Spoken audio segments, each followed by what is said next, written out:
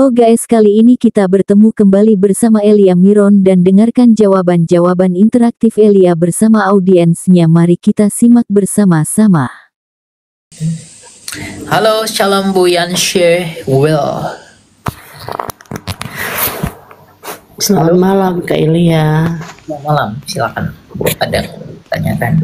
Pertama-tama saya mengucapkan terima kasih untuk Kak Elia karena saya sering mengikuti live dari Kak Elia, bukan cuma live tapi sering saya ikuti dan banyak hal yang baru saya mengerti. Nah, satu yang saya mau tanya Kak Elia, Yesus itu kan 100% Tuhan dan 100% manusia. Ya.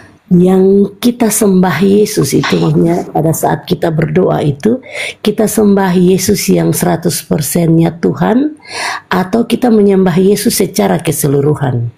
Itu saja Kak Elia, terima kasih. Oke. Kita menyembah Yesus secara keseluruhan atau tidak ya? Kita lihat dalam Kolose 2 ayat 9 dikatakan begini. Sebab dalam Dialah berdiam secara jasmania seluruh kepenuhan kealahan. Kita perlu mengetahui Bu bahwa Tuhan Yesus itu adalah firman-Nya Allah yang menjadi manusia. Ketika Dia menjadi manusia, Dia kan berinkarnasi.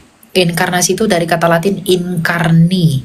In itu di dalam, karni itu daging. Berarti inkarni itu di dalam daging. Artinya ketika firman yang adalah Allah itu menjadi manusia, dia menambahkan kodrat manusia. Jadi dia Allah ketika menjadi manusia, dia menambahkan kodrat tanpa tercampur. Tapi jadi satu pribadi yang disebut dengan Yesus. Nah yang kita sembah ini adalah Yesus.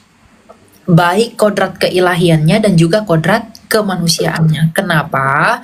Karena di dalam kejasmaniannya Kristuslah seluruh kepenuhan Allah itu berdiam. Ya, jadi kita menyembah pribadinya Kristus, bukan menyembah natur. Jadi kalau kita bertanya, apakah kamu menyembah Yesus? Ya, saya menyembah Yesus. Saya menyembah Yesus yang punya dua kodrat, yang adalah yang ilahi dan adalah yang insani.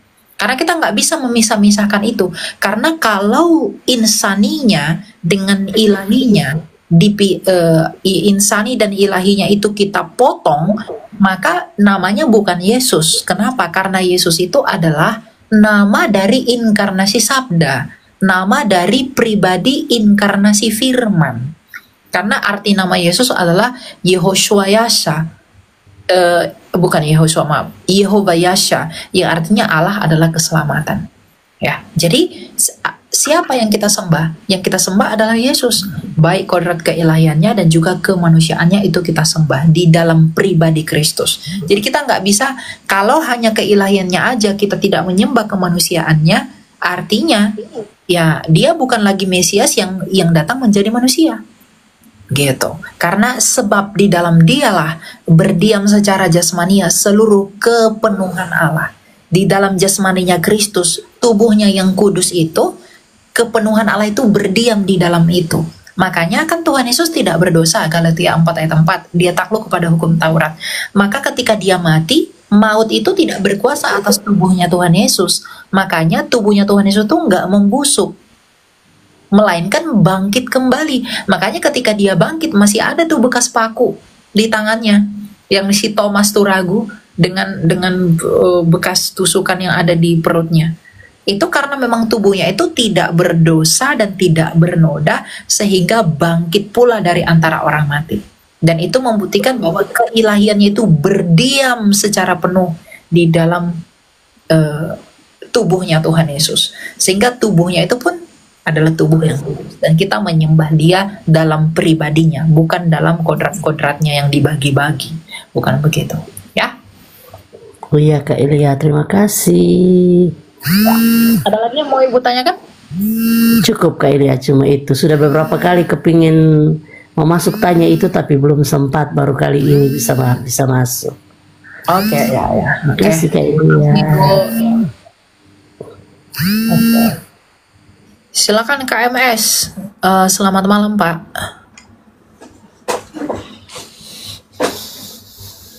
Halo? Ada suara nggak ini ya soalnya? Kalau tidak ada kita lanjut ke yang lain. Soalnya banyak yang mau naik.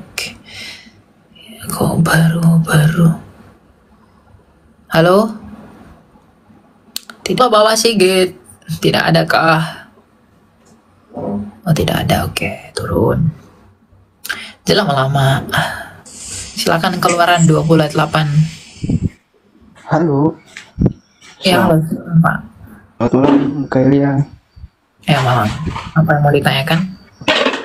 Aduh, sebentar ya Kak Elia. Oke. Jaringanmu Saya merah. mau bertanya nih kakak.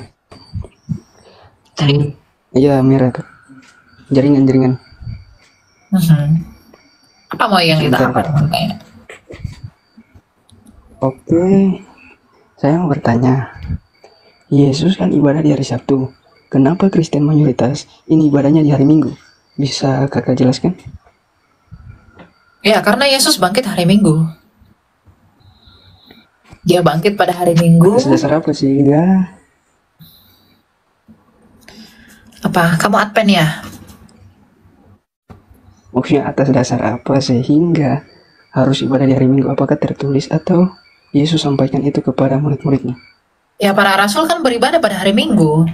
Pada hari Minggu, minggu yang pertama, pada hari pertama minggu itu mereka memecah-mecah roti. Gitu. Dan peristiwa Pentakosta kan hari ke-50 di hari Minggu, hari ke-8. Hari turunnya Roh Kudus itu berapa? Enggak, sekarang saya tanya, hari Pentakosta itu hari keberapa? Hari Minggu, hari ke-50. Roh Kudus turun hari Minggu loh.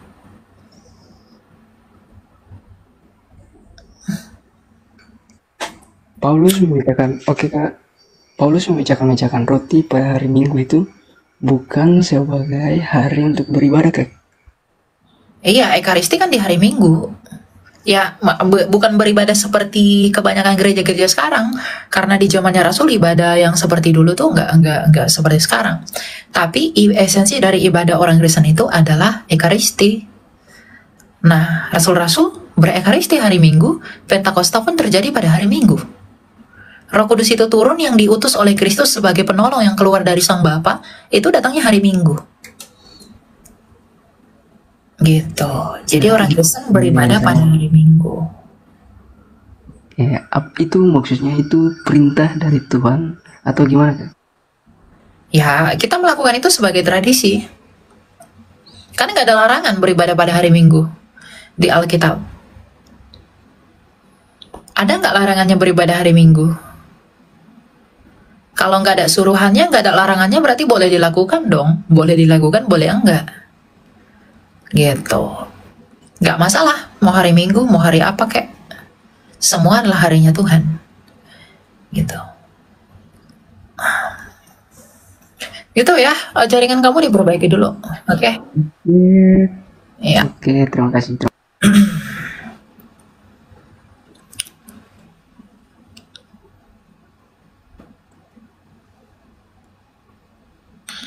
Yang di bawah kalau mau naik, ini ya, apa namanya? Prepare dulu, oke? Segala macam jaringan apa, segala macam gitulah. Diaturkan.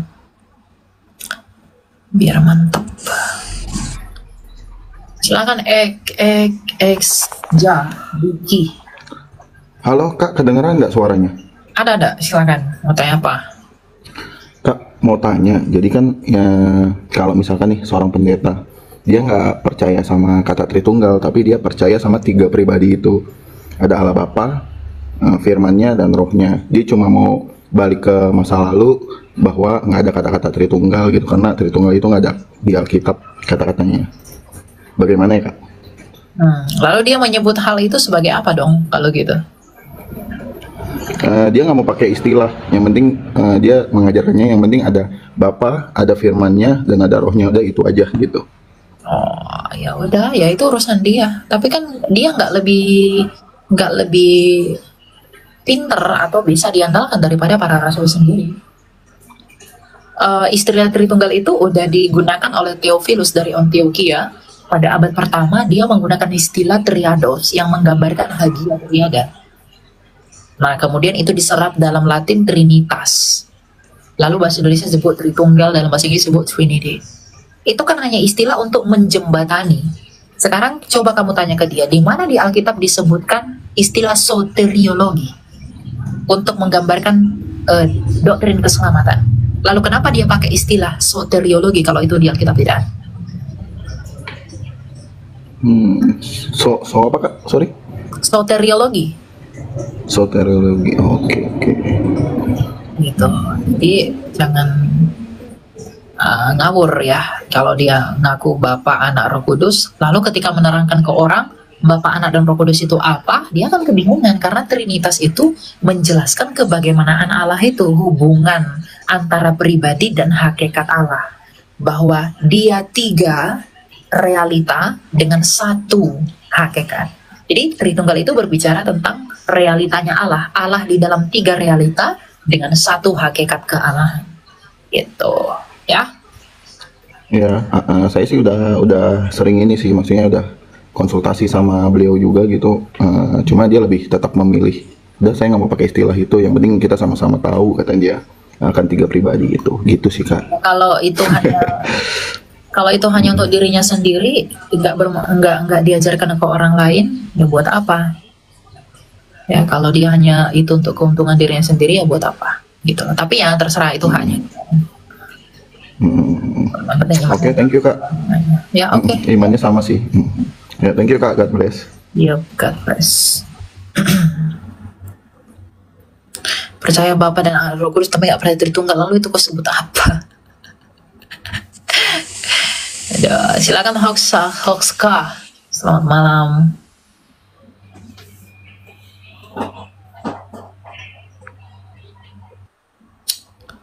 Ada aja yang naik ini ya. Kalau memang tidak mau naik, teman-teman jangan request naik. Sayang banget yang di bawah. Ada banyak banget soalnya. Silakan Soimi 2. Halo? Astaga. Silakan, siapa ini? Si Mamura. Halo. Ya, silakan Pak, mau tanya apa Pak? Eli, aku mau nanya dong, kenapa mesti ada kematian dalam pandangan kita sebagai orang Kristen? Roma 6 ayat 23. Upah dosa adalah maut. Kematian itu karena dosa. Manusia, Tuhan itu tidak pernah menciptakan manusia untuk mengalami kematian. Jadi Tuhan nggak pernah ciptakan Elia untuk mati sampai usia 70 tahun. Untuk mati sampai usia 80 tahun. Sejak semula untuk memenuhi tujuan Allah, Kejadian 1 ayat 28, bahwa kita berkuasa atas bumi ini, itu untuk tujuan yang kekal.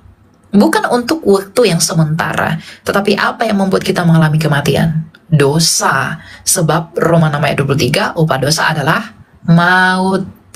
Jadi Tuhan kita itu bukan Tuhan yang buat kita mengalami kematian. Enggak ada Tuhan kita itu ciptakan kita mati lalu nyawanya dicabut-cabut lah, atau nyawanya diambil-ambil. Enggak ada itu. Manusia diciptakan untuk hidup. Makanya Kejadian 1 ayat 26, kita diciptakan menurut gambar dan rupa Allah. Kita itu diberi bibit ilahi sejak semula dicipta. Makanya kita bisa hidup. Allah itu hidup, kita pun hidup. Allah itu berpribadi, kita pun berpribadi. Allah itu berakal budi, kita pun berakal budi. Allah itu memiliki roh, kita pun diberikan roh menurut kinerja dan kuasa rohnya yang menghidupkan. Ayub 33 ayat 4. Jadi kematian itu terjadi kenapa? Karena kita sudah tercemar karena kuasa. Kuasa apa? Kuasa dosa. Karena dosa itu tidak bisa bersatu dengan yang kudus, maka lawannya yang kudus adalah dosa. Nah, kalau yang kudus itu adalah hidup, maka yang tidak kudus adalah mati. Maka Allah yang hidup adalah Allah yang kudus, maka kita yang berdosa adalah orang-orang yang mati. Jadi nggak ada Tuhan ciptakan manusia untuk alami kematian, tuh nggak pernah. Tuhan ciptakan kita untuk memiliki hidup. Makanya tujuan Tuhan Yesus datang ke dunia ini adalah untuk memulihkan kembali rancangan yang semula dari penyelewengan manusia di dalam dosa. Makanya Tuhan Yesus berkata, akulah kebangkitan dan hidup. Akulah hidup itu. Akulah terang dunia. Yang artinya di dalam Tuhan Yesus, kita yang sudah mati oleh karena dosa, kita bisa memperoleh hidup di dalam hidupnya Dia yang sempurna itu. Makanya di langit bumi baru nanti, kita akan kembali seperti keadaan Adam dan Hawa, di mana maut tidak ada lagi. Gitu. Jadi kematian itu ada, bukan Tuhan yang buat, tapi kita sendiri yang membuat kita mati oleh karena dosa-dosa kita. Dan dosa kita itu tidak dapat bersatu dengan Dia yang kudus itu, maka konsekuensi lawannya hidup itu adalah kematian. Makanya kita mati. Oke, jadi kalau misalnya ketika manusia itu mati, ini kita bicara soal Kristen ya, kita yang meninggal di dalam kekristenan. Ketika kita itu sudah meninggal, apakah yang meninggal ini langsung kayak misalnya dia yang berdosa langsung dijatuhkan ke neraka, atau gimana sih setelah kita meninggal? Kalau kita lihat kisah orang kaya dan Lazarus, ketika orang meninggal, ketika dia percaya kepada Tuhan Yesus, maka rohnya itu akan dituntun oleh malaikat ke Firdaus.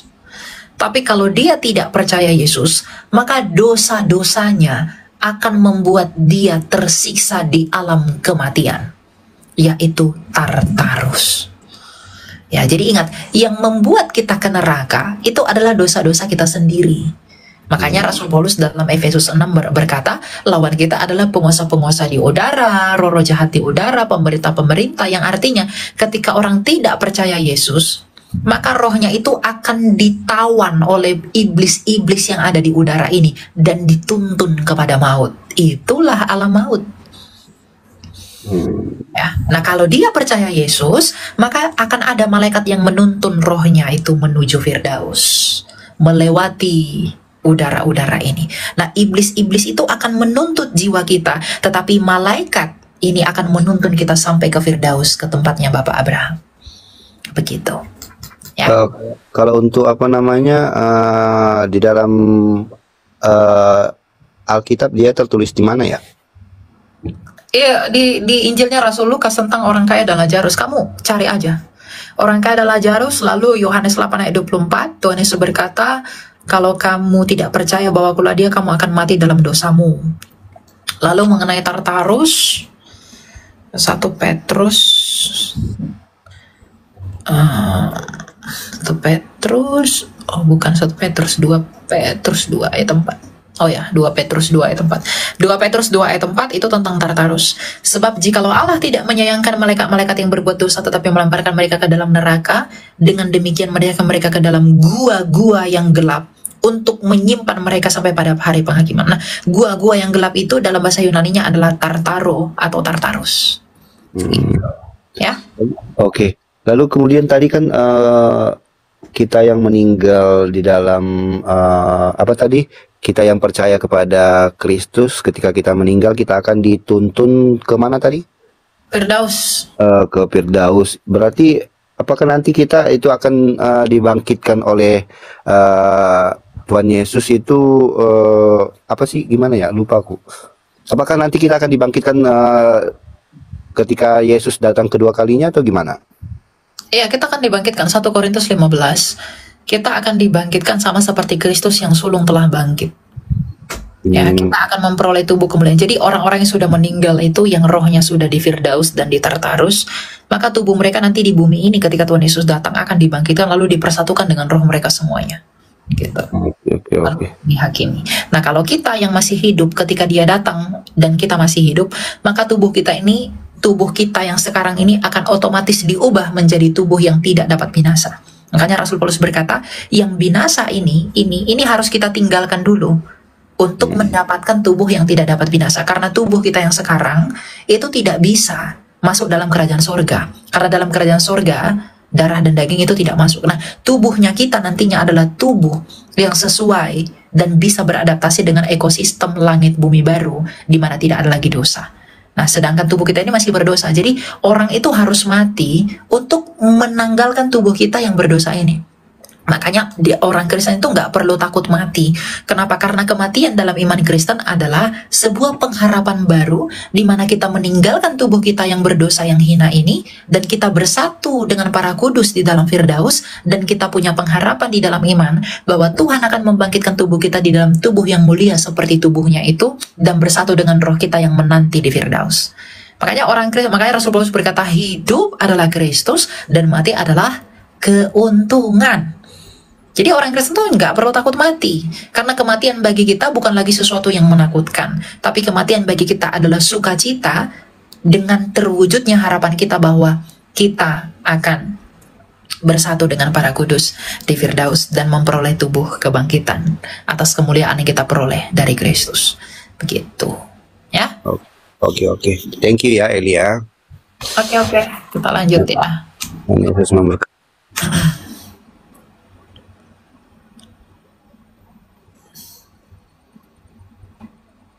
Kok banyak banget sih yang mau naik? Aduh. Silakan, siapa ini ya? Halo, Ya, silakan. iya, aku mau tanya ke Kak Elia. Kalau kita jarang ke gereja gitu, terus sering berdoa juga gitu, itu bakal dibangkitkan juga gak ya? Jarang ke gereja karena apa, Bu? Malas. Aku tuh kerja gitu Kak, jadi gak punya waktu gitu buat hari Minggu gitu. Kerjanya di apa? Di luar negeri atau apa? Atau pekerjaan yang bagaimana? Ya ya liburnya tuh bukan kayak hari Minggu gitu sih Kak. Oh ya. Ya nggak apa-apa sih.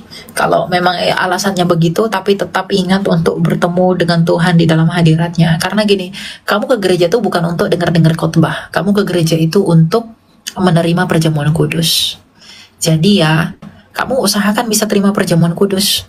Kapan gitu? Enggak, karena perjamuan kudus adalah berkat yang kamu terima ketika kamu sudah mati bersama dengan Kristus di dalam baptisan. Gitu, ya. Semua orang akan dibangkitkan, yang akan dilemparkan ke neraka pun akan dibangkitkan oleh Tuhan Yesus. Jadi orang-orang yang akan binasa pun tetap dibangkitkan, tetapi dia akan binasa dan tersisa di dalam kekekalan atas kebangkitan itu. Gitu. Jadi semua akan dibangkitkan. Orang percaya, orang tidak percaya akan dibangkitkan. Tetapi kamu bangkit untuk apa? Kalau percaya Yesus, kamu bangkit untuk memperoleh hidup. Tapi kalau kamu tidak percaya Dia, kamu bangkit untuk mati di dalam kekekalan. Gitu. Ya, jadi paham ya tujuannya ya.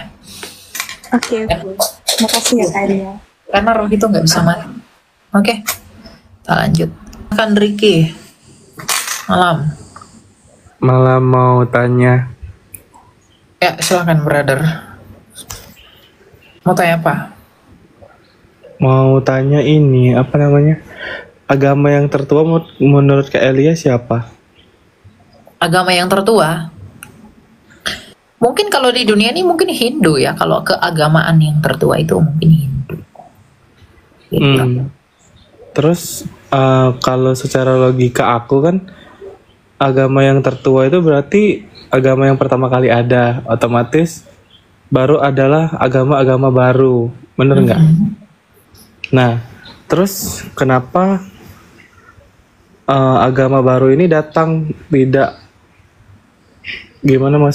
mengikuti agama yang tertua aja? Agama yang tertua gini, agama yang tertua. Kamu mendefinisikan agama itu apa? Lalu yang kamu maksud yang tertua itu nominanya kah atau realitanya? Ini harus kamu pahami. Agama tertua, secara nomina mungkin Hindu yang tertua. Tapi secara realitanya yang tertua itu apa? Pasti yang ada di zaman Adam. Nah, di zamannya Adam apa janji yang diberikan kepada Adam? Kan Mesias. Berarti Adam percaya kepada Mesias yang akan datang nggak? Oke, kalau berbicara mengenai Adam, naskah yang paling akurat yang berbicara mengenai Adam itu apa? Taurat. Di dalam Taurat, ya, Yang dijanjikan Allah kepada Adam ketika penciptaan dan kejatuhan setelah penciptaan itu apa? Kan Mesias. Mesias itu bahasa Yunaninya apa? Kristos. Berarti Tuhan menjanjikan Kristos kepada Adam. Artinya Adam percaya kepada Kristos yang akan datang. Memang kata Kristen di waktu itu belum ada nominanya, tapi realitanya udah ada nggak mempercayai Kristus yang akan datang? Padahal Kristen untuk pertama kalinya disebut di Antioquia oleh rasul-rasul. Tapi kenapa Adam secara realitanya itu sudah percaya akan Mesias yang akan datang, yang adalah keturunan perempuan yang akan meremukkan kepala ular, dan ular itu akan meremukkan tumitnya. Ada nggak di Hindu begitu? Nggak ada. Nah, berarti secara nomina mungkin Hindu yang tertua, tapi secara realita yang tertua siapa? Ya? Kristen ya? Ya Kristen. Karena Adam itu percaya kepada Mesias yang akan datang. Tuhan nggak kasih agama kepada Adam. Nggak ada Tuhan bilang, Adam, inilah agama yang kuridoi. Nggak ada. Yang Tuhan janjikan kepada Adam itu, aku akan memberikan seorang Mesias yang akan datang. Keturunan perempuan, yang hanya dari perempuan. Siapa yang hanya dari perempuan? Adam. Tuhan Yesus. Jadi kalau ada orang bertanya, saya akan secara jujur mengatakan agama tertua itu secara nominal pasti Hindu. Tapi realitanya, jadi bedakan nominanya, bedakan realitanya. Gitu. Jadi yang sejarah, pelajaran kita belajar sejarah itu gimana? Benar, karena itu benar karena itu history by nominanya. Ya mereka mempelajari histori karena nominanya ada kan. Tapi coba saya tanyakan sama kamu, di dalam perjanjian lama, sejarah-sejarah yang ada di perjanjian lama, di mana si Yesaya menubuatkan ini, si Musa mengatakan ini, itu merujuk kepada siapa? Aku nggak tahu. Cerita Kristen buta, jadi nggak tahu Mesias itu apa tuh, nggak ngerti. Cuman mau ini apa namanya, menurutku aja realitanya gitu kan, agama tertua itu kan ya mungkin secara nominal kan Hindu, terus ada lagi kalau realitanya pasti kekristenan. Realitanya kekristenan. Karena kalau kita menarik jalurnya Adam, kita coba ya, kalau kita mengikuti kalendernya orang Ibrani, kalendernya orang Ibrani itu di zamannya Tuhan Yesus aja lahir itu 5.700-an. Sampai sekarang itu hampir 8.000. Nah, kalau kita mengikuti perhitungan mereka, yang tertua tetap janji itu dong. Kan Torah yang membuka Alkitab, yang membuka Tanakh itu kan Torah di dalam Bereshit. Ya berarti janji itu yang lebih tua. Nah, janji itu meskipun tidak ada istilah dari janji itu, tapi realita janji itu kan tergenapi 2000 tahun setelahnya. Siapa itu? Yesus. Gitu lah. Jadi ya silahkan gitu. Tapi kalau saya cara berpikirnya begitu simple. Kalender yang paling lama tuh kalender siapa? Ibrani kan? Makanya filsafat tertua itu filsafat siapa? Bukan Yunani, Yahudi. Filsafat tertua itu filsafatnya Yahudi, bukan Yunani loh. Bapak filsafatnya Yunani, Thales, itu baru ada di abad ke-6 sebelum Masehi. Salomo itu sudah berfilsafat. Bahkan Musa itu seorang filsuf. Ya, kalian mau tanya lagi satu boleh? Ya silakan. Apa itu? Menurut Kak Elia, kita kan beragam ya, beragam kan. Terus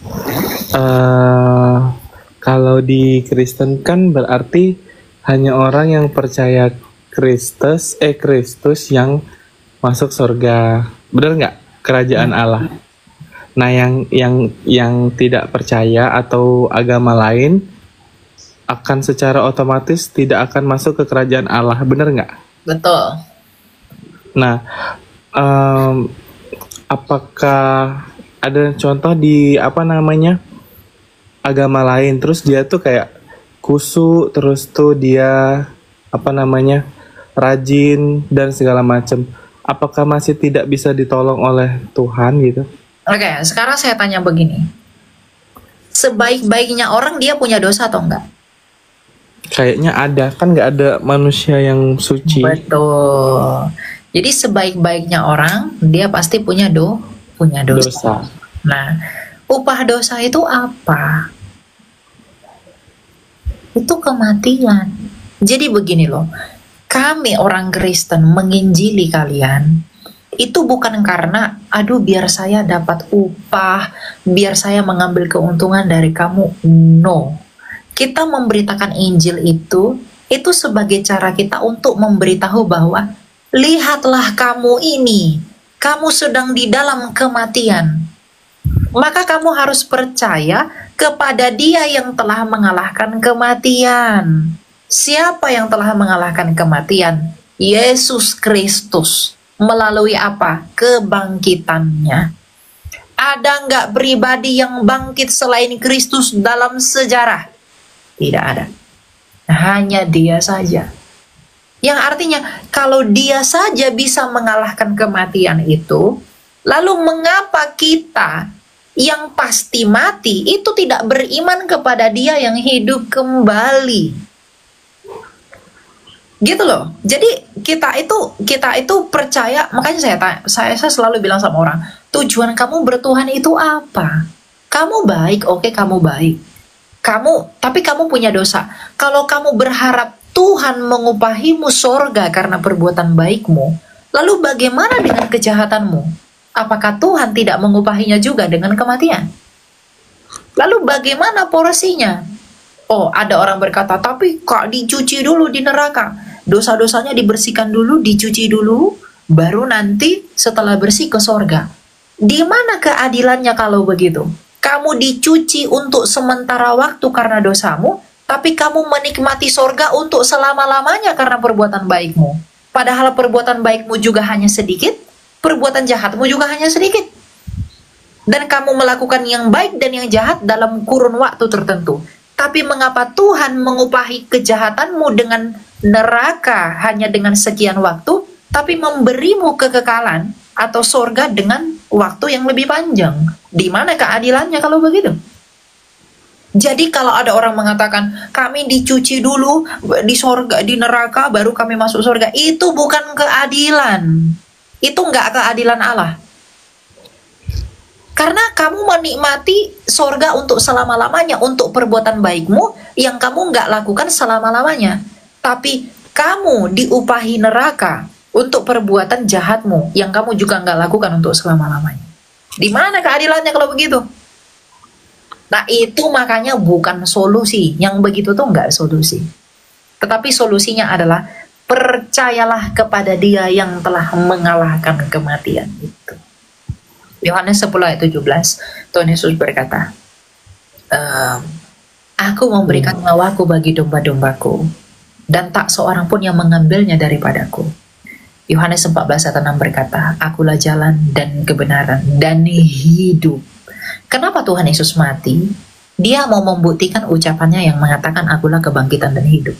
Tuhan Yesus tuh mau bilang begini, kamu sudah mati, tapi lihatlah aku akan mati dan aku akan bangkit lagi untuk membuktikan kepadamu bahwa maut dan kematian itu tidak berkuasa atas aku. Maka ketika kamu beriman kepadaku, aku akan melakukan hal yang sama kepada kamu. Nah, ketika orang menolak Yesus, itu wujud dan bukti apa? Bukti bahwa dia menyombongkan diri. Dia berusaha untuk mencapai Allah karena kekuatannya. Jadi sebaik apapun orang, sehebat apapun orang di luar Yesus, dia mungkin hebat di mata dunia. Tapi apakah dia hebat di mata Allah? Kamu misalnya punya kesalahan.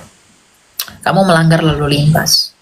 Lalu hakim itu akan berkata, Benarkah Ricky, kamu telah melanggar lalu lintas? Betul yang mulia, saya telah melanggar lalu lintas. Tapi jangan lupa yang mulia, saya telah berbuat baik. Cucu. Menurutmu, apakah hakim itu akan melepaskanmu dari dakwaannya? No. Nggak peduli sebanyak apa perbuatan baikmu, kesalahanmu tetaplah dihukum. Allah pun begitu. Kalau dia hanya memaafkan begitu aja, berarti dia bukan adil. Gitu loh. Nah, makanya dari semua yang telah ada di semesta ini, siapakah yang menjadi jawaban atas itu? Tanpa menafikan apapun, saya harus mengatakan it's only Jesus Christ. Karena kisahnya Kristus itu bukan dongeng, itu nyata. Dia bangkit, hidup kembali, naik ke surga 40 hari, itu ada sejarahnya. Dan sejarahnya itu bukan yang katanya, enggak. Kamu bisa cek sampai sekarang. Kamu ada uji sains, metodologi, apa segala macam. You can search that. Kamu bisa mencari itu lebih dalam. Itulah mengapa saya harus selalu mengatakan, tidak ada yang lebih besar daripada Kristus. Tidak ada yang lebih berharga daripada Kristus. Tidak ada yang lebih mahal daripada Dia. Gitu. Iya, tapi ini apa namanya? Kalau udah dijelasin tadi kan kami ini yang mungkin bukan tidak percaya, tapi kan dipengaruhi oleh faktor keturunan dari satu agama tertentu. Terus kami tidak diajarkan lagi kan. Jadi akan semakin banyak dong yang apa namanya tidak percaya akan Yesus karena kami dilahirkan terus kami tumbuh. Nggak bisa begitu. Kamu sudah mendengarkan Injil ini, kamu sudah mendengarnya dari saya. Jadi kalau kamu tetap menolak, kamu nggak punya alasan di hari penghakiman. Ketika kamu berdiri di hadapan hakim itu, kamu nggak akan bilang, Tuhan, aku belum pernah mendengarkan kabar keselamatan itu. Kamu nggak akan punya alasan untuk mengatakan itu, karena kamu hari ini sudah mendengarnya dari Elia. Makanya untuk itulah Tuhan Yesus dalam Matius 28 ayat 18-19 dia berkata apa? Pergilah ke seluruh bangsa, jadikanlah semua bangsa muridku, baptislah mereka di dalam nama Bapa dan Anak dan Roh Kudus. Itu Tuhan Yesus perintahkan sesuai dengan kehendak Allah, bahwa kehendak Allah adalah mengkehendaki semua orang diselamatkan di dalam siapa? Di dalam Yesus. Kisah Rasul 4 ayat 12. Tidak ada keselamatan selain di dalam nama Yesus di bawah kolong langit ini. Jadi makanya kita tuh menginjili, ada yang menginjil sampai ke desa-desa apa segala macam. Kamu pikir kita dapat apa? Kita dapat duit gitu? Emang kamu pikir rasul-rasul itu dapat duit? Mereka jadi kaya gitu dengan menginjili orang? No, tapi karena ada roh Allah di dalam kita, maka roh itu menuntun kita untuk membawa orang kepada apa yang dikehendaki roh. Apa yang dikehendaki roh? Tuhan Yesus berkata, jikalau roh itu datang, ia akan bersaksi tentang aku. Ia tidak akan memuliakan dirinya sendiri. Jadi Roh Kudus yang ada di dalam kami orang percaya, itu memampukan kami memberitakan Injil kepada kamu yang belum percaya. Karena roh yang di dalam kami itu mengkehendaki agar kamu diselamatkan sama seperti kami juga beroleh keselamatan itu. Gitu loh. Jadi kami memang dipanggil untuk menginjili orang, brother. Kita nggak dapat apa yang kita dapat. Ya mungkin kita dapat keuntungan-keuntungan tertentu, tapi setimpal nggak itu dengan kehinaan yang kita peroleh. Tapi justru Tuhan Yesus mengatakan bahwa kamu harus berbahagia oleh karenanya. Lagi pula begini, satu-satunya ajaran di dunia ini yang menentang human desires itu hanya kekristenan. Ada nggak ajaran seperti Kristen yang diajarkan oleh Tuhan Yesus? Kasihilah musuhmu, ampunilah segala sesuatu. Jangan membalas kejahatan dengan kejahatan. Itu menentang keinginan daging kita. Itu menentang dosa-dosa kita loh. Kalau memang kekristenan itu tahayul, dia akan dibuat sedemikian rupa untuk memuaskan telinga manusia. Tapi apakah kekristenan memuaskan telinga manusia? Tidak. Dia malah menghajar, menegur habis-habisan, menelanjangi keberdosaan kita, agar kita sadar dan mengakui bahwa ketidaksempurnaanku harus menuntun aku agar disempurnakan dan dibenarkan oleh karena iman kepada Kristus. Makanya kami rajin menginjili orang. Kami banyak yang gak takut mati di dalam penginjilan. Kenapa? Karena itu panggilan kami. Roh itu yang memampukan kami untuk bersaksi mengenai siapa? Mengenai Kristus. Jadi kamu sudah mendengar Injil sekarang ini, jadi kamu tidak punya alasan untuk mengatakan aku belum mendengarnya. Ya, saya memanggil kamu untuk percaya. Masalah kamu percaya, saya nggak punya hak mengkristenkan kamu. Ya, tetapi karena kamu telah mendengar kabar ini, doa saya adalah kamu dipanggil untuk bersatu di dalam yang ilahi melalui Kristus. Tapi kalaupun kamu menolaknya, maka penolakanmu itulah yang akan menghakimi kamu. Tapi berat itu, Kak. Ya, Itu kan enggak, kalau- saya enggak meminta kamu yang lain-lain. Kamu bilang Iya. kamu berat karena agama Enggak, kamu bukan. begini. Ini maksudnya gini.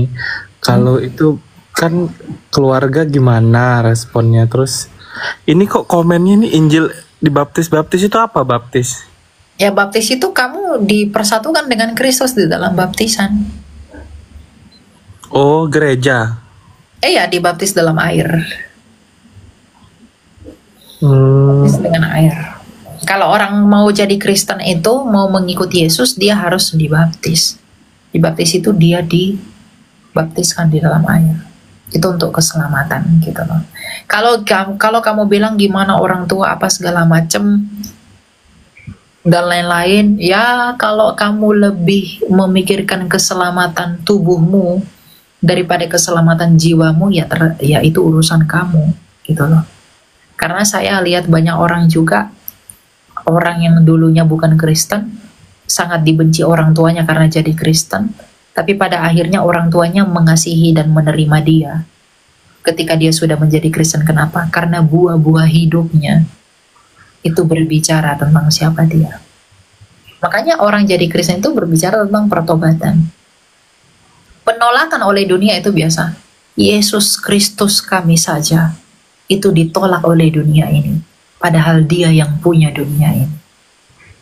Kalau dia saja ditolak oleh ciptaannya sendiri yang dia buat, adakah alasan bagi kita untuk merengek kalau orang tua kita menolak kita? Ingat, orang tua kita menolak kita, keluarga kita menolak kita, karena itu adalah dunia. Tetapi Allah tidak pernah menolak kita, karena dia memanggil semua orang untuk kembali kepada dia di dalam kasih-Nya itu. Gitu. Jadi kamu sudah mengerti, kamu sudah paham Injil itu ya begini. Inti Injil itu saya udah kasih tahu ke kamu tadi, kebangkitan itu. Tapi iblis akan mengatakan, iblis itu akan berusaha membuat kamu untuk tidak percaya. Percayalah. Sekarang saya tanya sama kamu, yang diserang satanis itu agama apa sih? Hanya Kristen. Hanya Yesus yang diolok-olok penyembah setan. Ada nggak satanis sembah imanmu? Oh, nyalahkan imanmu? Enggak. Kenapa salib yang dibalik-balikkan? Kenapa simbol agama lain yang nggak dibalik-balikkan?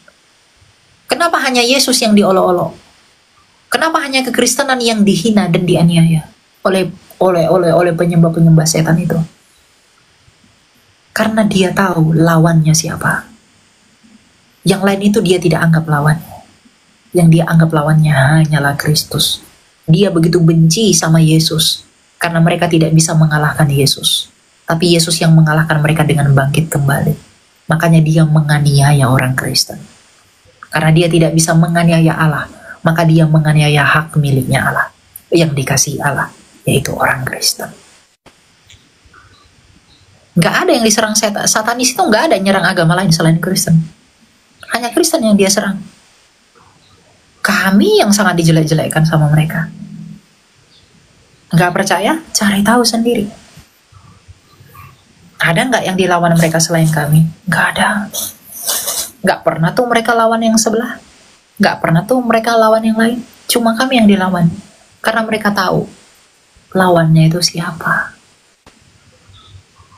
Yang di belakang, setan yang di belakang mereka itu tahu lawannya itu siapa. Mm-mm. Roh yang di dalam kami. Kalau di luar negeri itu kan rata-rata Kristen kan, yang di luar negeri itu. Ya. Terus kalau dilihat dari kehidupan sehari-hari itu kayak ini loh kak, kayak nggak sehat, kayak minum-minum, yang ceweknya nggak pakai bajunya kayak gitu. Oh iya, betul. Dalam Berarti mereka tidak melakukan perintah Kristus. Nah, Tuhan dalam Kristen itu diperbolehkan ya? Itu Emang dilarang. Pakaian. Enggak. Itu dilarang. Enggak boleh. Itu kan kamu harus bedakan mana hal-hal yang agamis, mana hal-hal yang sifatnya budaya. Barat itu kan itu tradisi Barat. Coba lihat di tempatnya Tuhan Yesus emang ada yang begitu. Di Yerusalem emang ada yang pakai bikini-bikini begitu. Itu budaya. Berarti itu budaya mereka, bukan? Tapi mereka kan diajarin kan aturan kan? Ya diajarin, tapi mereka nggak mau dengar. Kalau diajarin berarti nggak mau dengar kalau tetap begitu. Makanya kita nggak boleh mengikuti itu. Kita harus mengikuti ajarannya Kristus. Tuhan Yesus berkata, jagalah kekudusanmu, jagalah hatimu. Kalau bahasa sekarang nih Kristen KTP, bener nggak? Betul. Oh, ya. Gitu. Jadi emang ya mereka lebih menjunjung tinggi budayanya daripada hanya KTP-nya aja Kristen, tapi ya melakukan hidup seperti orang-orang ya bukan Kristen gitu lah. Kan siapapun bisa ngaku Kristen, setan pun bisa ngaku Kristen, tapi apakah buahnya? Kan Tuhan Yesus dalam Matius 7 berkata, dari buahnya lah kamu kenal mereka. Kalau kita melihat begitu gaya mereka, ya berarti mereka bukan Kristen sejati. Tapi mencoreng citra Kristen ya itu tuh. Ya mereka akan dituntut di penghakiman, di hari penghakiman untuk itu. Itu bukan urusan kita, itu urusan dia dengan Tuhan. Tuhan yang akan menghakimi dia, bukan saya. Saya nggak berhak menghakimi, tapi Firman yang menghakimi mereka. Yoi, satu lagi kak. Ini agak kocak tapi penasaran. Sinterklas itu ada apa enggak? Sinterklas itu terinspirasi dari Bapak Gereja bernama Santo Nikolaus. Santo Nikolaus itu adalah Bapak Gereja yang menampar bidat Arius, yang mengajarkan paham sesat. Jadi ada seorang bidat bernama Arius, dia itu mengajarkan Yesus itu bukan Tuhan, lalu ditampar sama Santo Nikolaus.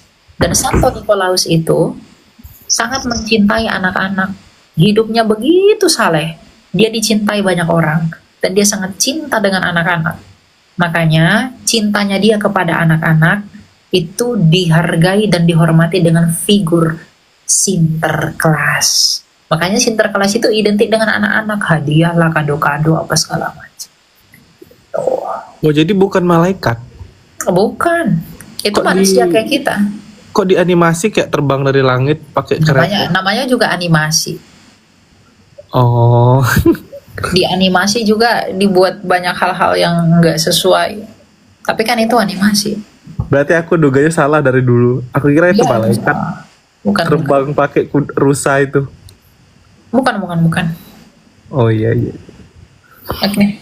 Itu ya. Kita ganti ya. Ya, thank you waktu.